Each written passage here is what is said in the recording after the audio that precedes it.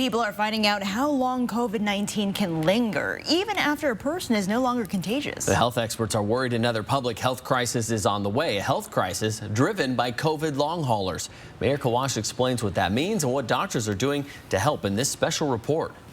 We know COVID-19 impacts people in different ways. Some may not even feel like they're infected. Others spend weeks in the hospital or possibly die from the virus. And then there are COVID long haulers, those who are supposedly recovered but still suffering months after their infection. I've been sick for a really, really long time. It's a loss of words. There's so many facets to this. The breathing became one of the biggest problems. It's a silent suffering. There's such a disconnect between what my body can do and what my lungs can do. You think you've recovered from the worst of COVID-19 just to find out your battle with this virus is only getting started. We may be dealing with a group of patients who has more long-term effects, not just 3 months, but a year or 5 years or indefinite effects. Jasmine Kemp, a previously healthy 29-year-old, now a COVID-19 long hauler, an active weightlifter who used to do these workouts daily, burpees, weightlifting, you name it. But now, nearly a year after battling coronavirus, I can't even make blended drinks at my job without running out of breath. She's not alone. Thousands of people who contract COVID-19 are finding out there's no expiration date on this virus. Even if it's only 5% of the infections that have long-term effects, it's a massive public health issue. Long-term effects which blindside your everyday life. Just ask Julia Lockwood, the Deer Park Elementary principal, now taking time off because of her lingering battle with COVID-19. You caught it not once, but now twice, and you have permanent lung damage? I had to get a lot of tests done and discovered that I have damage to my lungs. You heard that right. A COVID-19 infection back in March and then again in November. Now to show for it, Lockwood's lungs look much more like the lungs of someone with asthma. I'm not asthmatic. I've never had breathing problems. And I had to go to the ER. Couldn't breathe. And then I had heavy sternum pain, chest pain, and upper GI pain. She's on a steroid inhaler, but struggling to find effective treatment for her ongoing symptoms. Rashes like these, now a constant reality. And her glands can flare up too if she doesn't get enough sleep. Your body goes through like a gaslighting where everything becomes inflamed. So if I have one infection anywhere, even a cut on my body, my whole body becomes inflamed. So what is the answer? How does someone like Julia Lockwood create a roadmap to recovery? My goal to start with patients is to shoot for 15 or 20 minutes every day where they're huffing and puffing.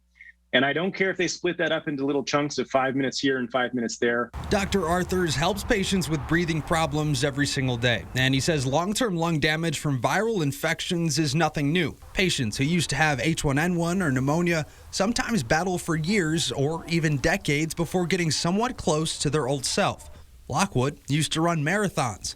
Now, short walks and limited exercise are the key to her long-term recovery. And I think giving them the hope that they can get better with hard work and exercise and medical therapies, I think we have to carry that optimism that some of this is reversible.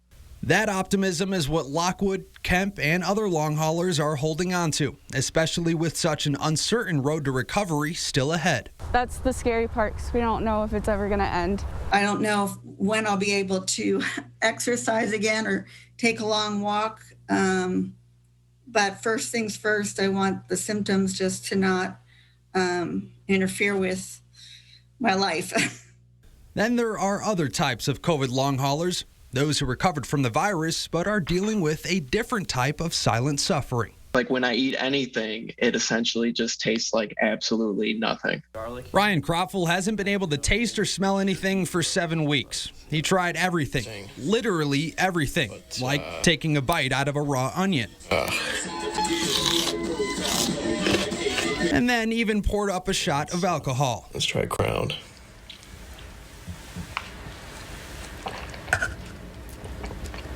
Oh my God. That is so weird. Still nothing. The easiest shot he's ever taken. Now, aside of losing taste and smell, Kroffel's battle with the virus was one of the lighter cases. Just some chills, a fever, and a sore throat for a few days.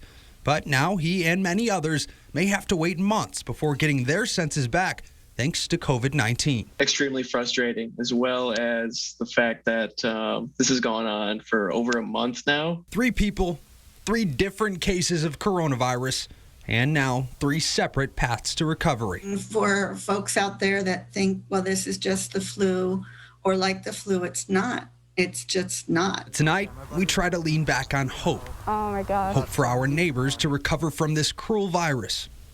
Hope for our country to get back to normal one day soon. I just want to see people happy again. Chronic disease is awful. It's awful. So much of this virus is still so new to scientists and medical experts, so it's not exactly clear yet how many COVID-19 infections end up being long haulers. What we do know is original COVID-19 symptoms can possibly last up to 3 months, so anything beyond that may be considered a long hauler. Live in studio tonight, I'm Maher Kawash, 4 News 9.